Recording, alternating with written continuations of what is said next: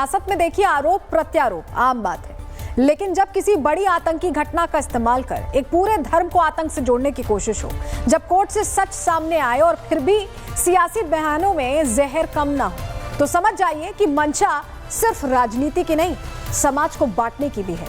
Malegaon blast case में court ने साफ कर दिया कि भगवा आतंक की थ्योरी झूठ थी और अब कांग्रेस नेता नए शब्द गढ़ रहे हैं। भगवा आतंक हिंदू आतंक के बाद अब सनातनी आतंक कहकर आग भड़काने की कोशिश हो रही है।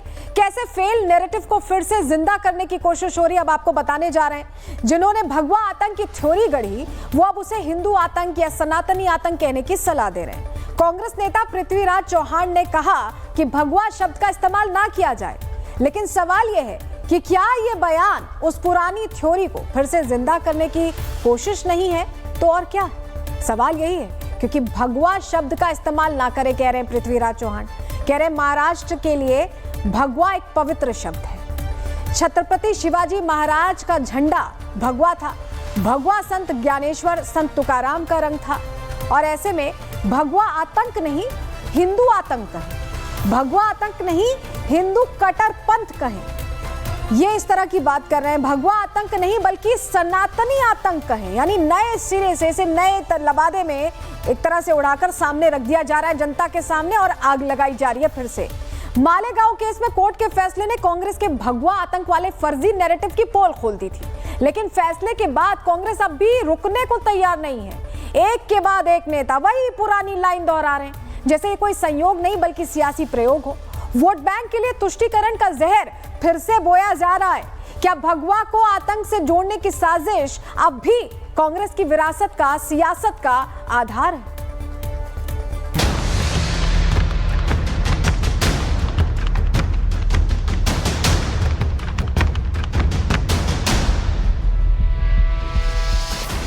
कांग्रेस नेताओं के ये बयान कोई संजोग नहीं बल्कि प्रयोग है। प्रयोग है तुष्टीकरण के लिए, कोशिश है एक विशेष वर्ग के वोट को अपने पाले में करने की, साजिश है हिंदुओं को बदनाम करने की, जो साफ संदेश है कि अब कांग्रेस ने हिंदू विरोधी रास्ता चुन लिया है और इसी रास्ते पर चलकर सत्ता में वापसी का ख्वाब देख रही है। वैसे तो कांग्रेस का हिंदू विरोधी चेहरा जगजाहिर है, लेकिन जब मालेगांव ब्लास्ट केस का फैसला आने के बाद कांग्रेस की साजिश एक्सपोज हो गई, तो फिर एक बार इस हिंदू विरोधी चेहरे को धार देने की कोशिश हो रही है। एक बार फिर हिंदू विरोधी बयान दिए जा रहे हैं, एक बार फिर हिंदुओं को बदनाम किया जा रहा है, एक बार फिर हिंदुओं के खिलाफ फेक नैरेटिव गढ़ा जा रहा है, एक बार फिर कांग्रेस के नेता हिंदू विरोधी पिच पर उतरकर बैटिंग कर रहे हैं। भगवा कहना तो गलत है, ये तो सब पॉलिटिकल पार्टीज तो अपना लिया है और भगवा नाम दिया है, तो वो गलत है।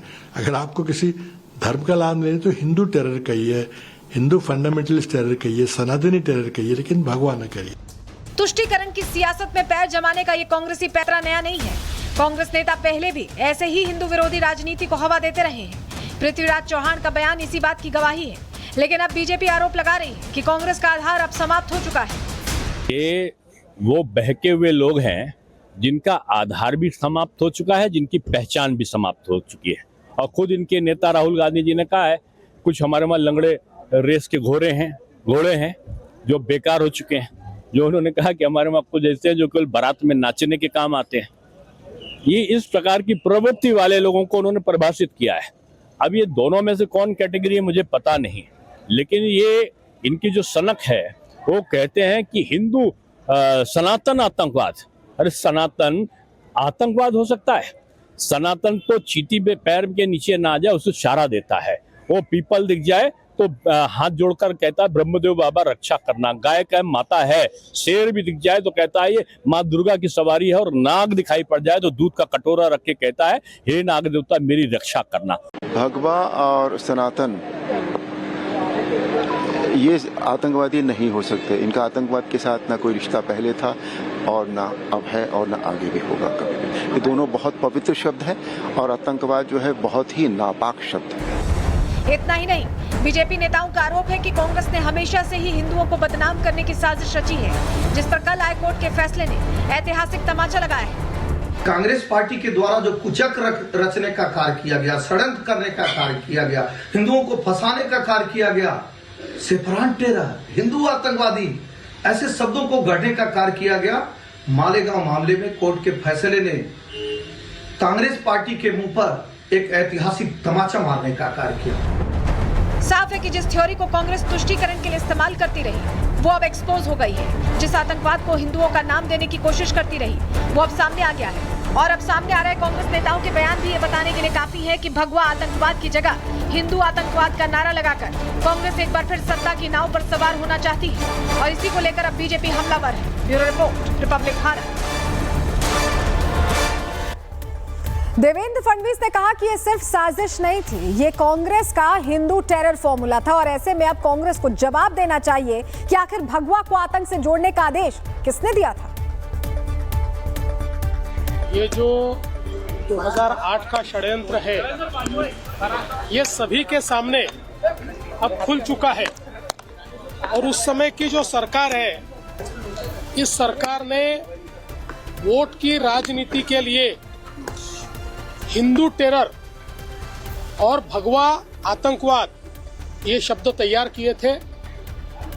आपको वो समय पता होगा कि जिस समय पूरी दुनिया में बहुत बड़े पैमाने पर आतंकवादी घटनाएं हो रही थी और एक प्रकार से इस्लामिक आतंकवाद ये दुनिया में चर्चा का विषय था और उसके चलते हमको जो वोट देने वाले लोग हैं इनमें गुस्सा निर्माण न हो या उनको ये लगे कि हम बैलेंस करते हैं, इसलिए ये हिंदू आतंकवाद की पूरी थियरी तैयार की गई। मयूचल निकल ने सीधा आरोप लगाया कि हिंदू आतंकवाद की थ्योरी कांग्रेस की राजनीति का सबसे निंदनीय अध्याय है। देखिए, हमारे संविधान के अनुसार हर कोई एग्रीव पार्टी को पूरा अधिकार है कि कोई भी निचली अदालत का फाइंडिंग चैलेंज करेगा। हम उससे कोई डाउट नहीं है, कर सकते हो। लेकिन सवाल ये है कि जिस प्रकार माहौल क्रिएट किया गया, क्या वो माहौल सही था? पहली बार हमारे देश में एक पॉलिटिकल पार्टी यानी कांग्रेस ने ये काम किया कि किस तरह से धर्म के आधार पर लोगों में बंटवारा हो। मुझे लगता है कि ये बहुत गलत किया और जो एक भगवा आतंकवाद कह के, कोई आतंकवादी, मैंने कई आतंकवादी के खिलाफ मामले चलाए, कोई आतंकवादी को कास्ट रहता नहीं, रेस रहता नहीं, रिलीजन रहता नहीं, सिर्फ टेररिस्ट काम करना, इतना ही उनका मकसद रहता। फिर क्यों ऐसी राजनीति ये मालेगांव ब्लास्ट में की गई? मुझे दुख इस बात का है, क्या हमारे कांग्रेस भाइयों ने ये नहीं सोचा था कि इस प्रकार अगर हम माहौल ना करेंगे तो क्या होगा? मैं खुद भी पीड़ित हूं। देखिए, साल बदलते गए लेकिन कांग्रेस की जुबान नहीं बदली। कांग्रेस की राजनीति हिंदुओं से टकराने की जिद पर टिकी। ये नफरत पुरानी है। ग्राफिक्स के जरिए आपको ऐसे ही कुछ बयान बताते हैं जो पहले कांग्रेस नेता दे चुके हैं। 2010 में पी चिदम्बरम, उन्होंने कहा कि भगवा आतंक एक नया खतरा है। 2013 में सुशील कुमार शिंदे, उन्होंने कहा कि आरएसएस और बीजेपी कैंप में हिंदू आतंक को बढ़ावा दे रहे हैं। 2013 में दिग्विजय सिंह मैदान में आए और कहा कि आरएसएस बम फैक्ट्री चलाकर आतंक फैलाती है।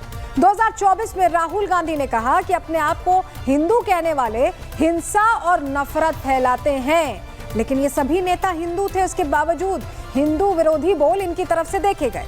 जिस रंग से संतों की परंपरा जुड़ी है, जिसे बलिदान और आस्था का प्रतीक माना जाता है, अगर उसी को आतंक से जोड़ने की कोशिश हो तो सवाल सिर्फ राजनीति का नहीं होता है, श्रद्धा के अपमान का भी होता है। और अब जब सच सामने आ रहा है तो स्वर सिर्फ सियासत के नहीं, सनातन के भी उठने लगे। सुनिए संत क्या कह रहे हैं इस पर। भगवा का अपमान हिंदुस्तान सहन नहीं कर सकता है। कांग्रेस को हिंदुस्तान से माफी मांगना चाहिए। जिस तरह कांग्रेस ने छल से, कपट से भगवा को बदनाम करने में लगा हुआ था, अब वह कांग्रेस को सभी सनातनियों से माफी मांगना चाहिए। कांग्रेस नेता के बयान पर अब समाजवादी पार्टी के समर्थन के स्वर भी सामने आने लगे। रामगोपाल यादव उनके पक्ष में बोलते नजर आए। देखिए, ये जो चीजें हैं सब कोई यूनिवर्सल ट्रुथ नहीं है कि इतनी बड़ी आबादी में कह दे कोई है नहीं। लिंचिंग क्या है? What is lynching? लोगों को जबरदस्ती मार देना, गाय लिए जा रहे हैं, ट्रक में जा रहा है, ये भी नहीं देख रहे हैं कौन है, उनको हत्याएं कर दी जाएं, इसको आतंकवाद नहीं कह सकते। अब वो कौन लोग थे? तो इस तरह की बात तो कोई बेमानी है, कोई मतलब नहीं।